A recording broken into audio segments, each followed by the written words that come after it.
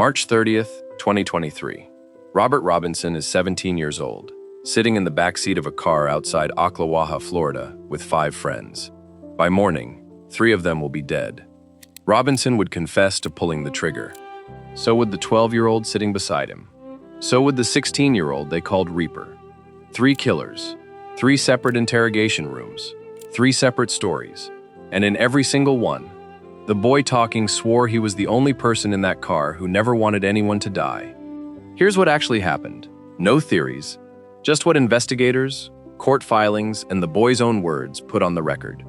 6 teenagers, 1 car, a plan to rob someone for marijuana on a back road outside Ocala. That's the story investigators would eventually piece together. But that night, all a neighbor near Forest Lakes Park knew was gunfire. Around 10:48 p.m., in a stretch of Marion County quiet enough that gunshots don't get mistaken for anything else, she heard shots crack through the dark. Then a car slamming into a dumpster. A figure sprinted from the vehicle into the trees behind the park. When she went outside to look, 16-year-old Layla Silvernail was lying in the road, shot in the head, still breathing. She wouldn't be for long, and she was only the first one they'd find. Layla died at the hospital that night. But deputies on scene had no idea yet that she wasn't alone out there, that 2 more of her friends were still missing, and that the same car sitting crumpled by that dumpster held a secret nobody would uncover for another 2 days. Whatever was in that trunk wasn't going anywhere. It was sinking, slowly, in water dark enough to hide it. The next day, deputies found 17-year-old Michael Hodo Jr. in a ditch nearby, shot in the back of the head, close enough to the first scene that investigators believed the killers hadn't even bothered driving far. Then, on April 1st, they found Layla's own car, a Chevy Cruze, nose down in a retention pond. Inside the trunk, 16-year-old Camille Quarles, shot twice. 3 teenagers, killed the same night, disposed of like evidence, in 3 different locations. 2 of them left on land, 1 hidden underwater. And the car that carried them there belonged to one of their own victims. Sheriff Billy Woods put it in 6 words: "There is no honor among thieves." Layla Silvernail was 16. Michael Hodo Jr. was 17. Camille Quarles was 16 too. None of them were strangers who wandered into the wrong car that night. They were the friends the other 3 had grown up around, laughed with, ridden shotgun beside more times than anyone could count, right up until they became inconvenient. Because here's the twist investigators weren't expecting. This wasn't a robbery gone wrong between strangers, and it wasn't gang violence crossing paths with the wrong car at the wrong time. Everyone in that vehicle, the living and the dead, knew each other. 6 friends, not 6 strangers. Half of them planned to kill the other half before the car ever stopped moving. Investigators would later describe the group's ties to what Sheriff Woods called a wannabe gang. Kids play acting at something dangerous, right up until it turned fatal and stopped being a game. And when deputies finally rounded up their suspects, Robert Robinson, 17, Tahj Brewton, 16, and a boy just 12 years old, Christopher Atkins, all 3 did something investigators see constantly and still can't fully explain. They all talked, and they all lied the exact same way. Christopher Atkins went first, 12 years old, in an interview room built for adults, referred to in the paperwork by a street name instead of his own, as if even the case file couldn't quite decide how to categorize a child charged with murder. He told detectives that the older boy they called Reaper pulled a handgun and shot the 2 teenagers in the front seat, and that he barely even knew this Reaper, who'd supposedly worn a ski mask the entire ride. A strange detail for a boy describing someone he'd apparently been friends with. Then, almost as an afterthought, Atkins admitted he'd fired 2 into one of the girls. But he insisted he did not think she was already dead. And the reason he pulled the trigger at all, he said, was that Robinson threatened to kill his family if he refused. An innocent boy forced into it. That was his story, and he told it like he believed it. Then Robinson talked, and Robinson told detectives something colder, something that didn't match Atkins' version at all. No mask, no masked stranger, no threats against anyone's family. He said he shot a victim himself, plainly, because she was still alive and would talk. His words to police: she was going to snitch on us all. We was all going to go to jail for life. That wasn't fear talking. That was arithmetic.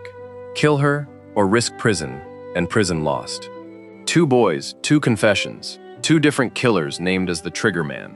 And the third suspect, the one both of them were pointing at, hadn't said a word yet, because Reaper wasn't even in custody.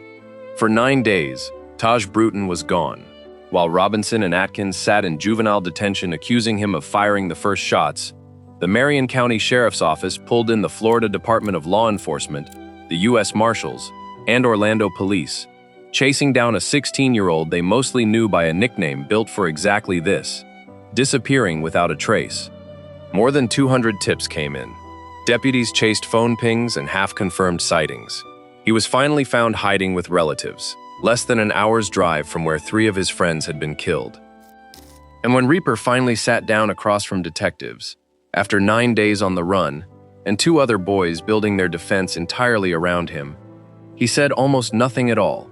Not a denial, not a counter-accusation, not even the outline of an alibi. Just silence, in a chair where everyone before him had talked. Think about what that silence actually means. 2 suspects had already handed investigators a version of events where Brewton was the real shooter, the real mastermind, the reason any of this happened. If he was innocent, this was his one chance to say so on the record. He didn't take it. Investigators, working from phone records, text messages, and photos, pulled off all 3 boys' own devices, kept closing the gaps the confessions had left open. And here's what none of the 3 boys seemed to understand while they were building their separate, self-serving stories. Under Florida law, none of it mattered as much as they thought it would. Prosecutors didn't have to prove whose finger was on which trigger. If you were part of the plan, you were guilty of what everyone in that car did. Robinson and Brewton were each indicted on 3 counts of first-degree murder, 1 for every friend who died that night, whether the bullet came from their gun or not, plus armed robbery and evidence tampering, for the car, and the story they tried to bury with it. Atkins, at 12, was charged with 1 count of murder. 3 boys spent their interrogations trying to hand the blame to someone else in that car. The law had already decided it didn't need to choose. It took 2 years for that to fully play out in court. On April 30th, 2025, Christopher Atkins, the 12-year-old who blamed a masked stranger for a killing he'd already admitted to, pleaded guilty to 1 count of first-degree murder and agreed to testify against the other 2. He was sentenced to 40 years. Robinson and Brewton entered pleas of their own that June. Robinson no contest, Brewton guilty. But the sentences didn't come down until July, when a judge handed both of them life in prison, with parole eligibility after 25 years. 3 different stories, 3 different degrees of, it wasn't really me, and in the end, 3 life-altering sentences for the exact same 3 deaths. Robert Robinson was 17 years old, sitting in the back seat of a car outside Ocklawaha, Florida, with 5 friends. He told police he became a killer to protect a secret. What he actually protected was nothing, because the secret came out anyway, in an interrogation room, out of his own mouth, and out of the mouths of the 2 boys sitting beside him that night, each one certain his version would be the version that stuck. 3 killers, 3 interrogations, 3 teenagers who each believed, right up until the moment they started talking, that they'd be the one who walked out of that room as the only innocent person in the car. None of them did.